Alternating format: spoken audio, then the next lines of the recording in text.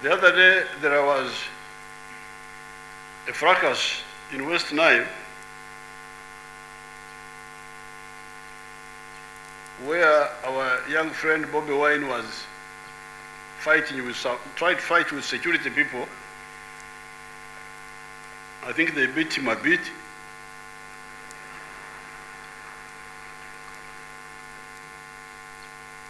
And then they came and said, oh, member of parliament was beaten. Where I said, okay, let me study how he was beaten. Now, when I studied, I found the man had been beaten properly in the right way.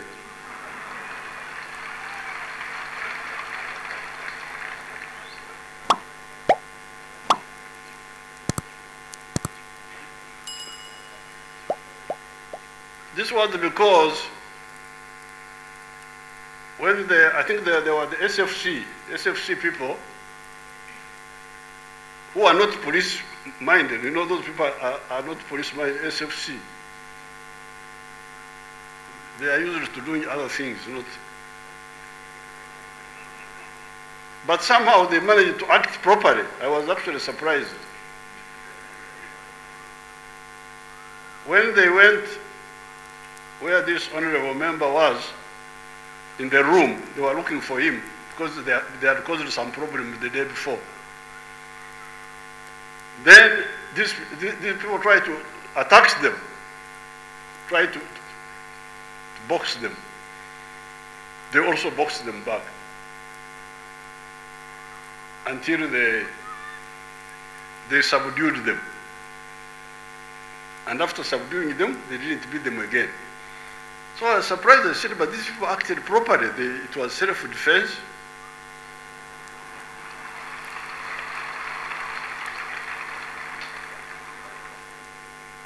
And beyond self-defense, they didn't beat. So it was in order.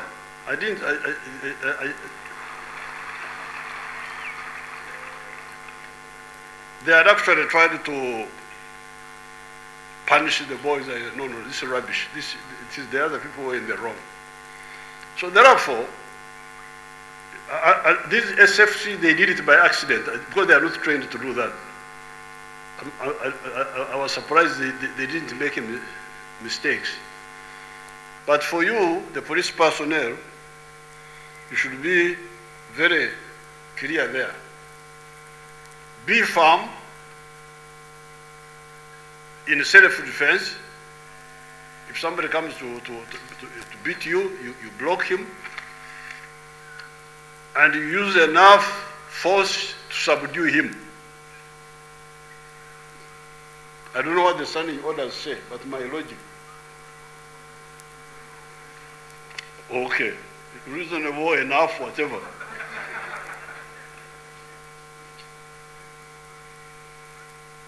You use enough force or reasonable, whatever it is, but me, I prefer enough.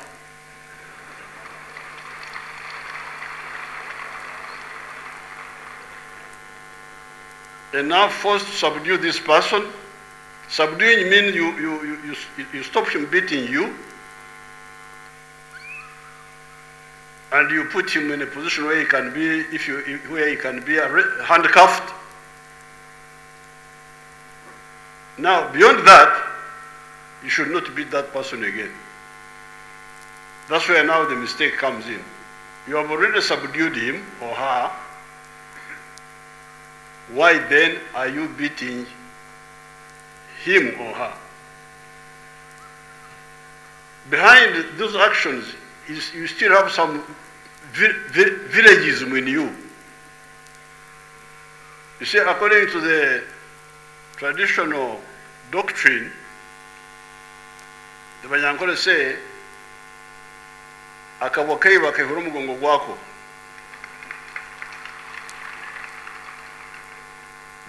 According to the Banyankole doctrine, traditional doctrine, a thief should be beaten as a punishment, not only to arrest, but also to punish. But here, in the modern doctrine, we are saying no. Separate the roles. Your job is to arrest, get evidence, and bring the person to another group of people to be the ones to punish him. And these are the prosecutors and the judiciary. So this should be very, very clear. Because you seem to alternate between liberalism to allow bad people to do bad things. You find they are beating women. Some thugs are beating women. Why do you allow that to happen when you are nearby there? Like during the recent elections, some women were being attacked by hooligans. Why do you allow that? And the police people are nearby there. You should not allow that. Nobody should attack you, nor should he attack any member of the public when you are there and you don't act. And by acting, you act in self-defense or in the defense of the public, or member of the public who is the victim of the attack by the lawbreaker. But beyond subduing the attacker, don't beat, don't punish. That will be done by somebody else. So I hope this is very easy to get.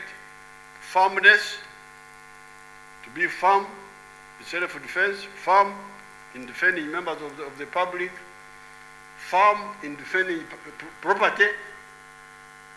When you find people attacking property, breaking shops and so on, I'm sure the police has got standing orders how that one can be done. All of that. Defend yourself, defend members of the public, defend property, family, and expeditiously, so that everybody behaves. Because when they beat people, like some people don't want people to vote the way they want, so they intimidate people, intimidate women, push old people. Why should this happen? You should insist that everybody behaves with respect and in order, so that we have an orderly society. In 1979, 80, when we got rid of the government of Idi Amin, we recruited graduates, university graduates, deliberately for the first time in the Uganda police. We said that education must be part of the requirements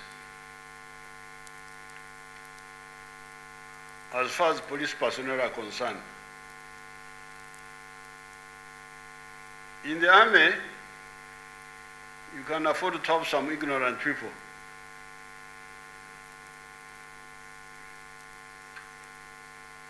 This is because the army works as a group, a section, a platoon, a company, battalion. So an ignorant person can just be there under command and do some work. The problem with the police is that in many cases, you need to act alone. Yes, sometimes you act as a group, but many times you need to act alone. How are you going to write a statement from a criminal if you can't read and write? How will you collect evidence? How will you record it? So that's why we said no. Apart from the numbers, we must insist on the issue of quality, and number one is education. And that's why many of you are educated. I don't think anybody can join the police if he has not finished A level, O level. So that was number one, that's quality. So you are all educated people.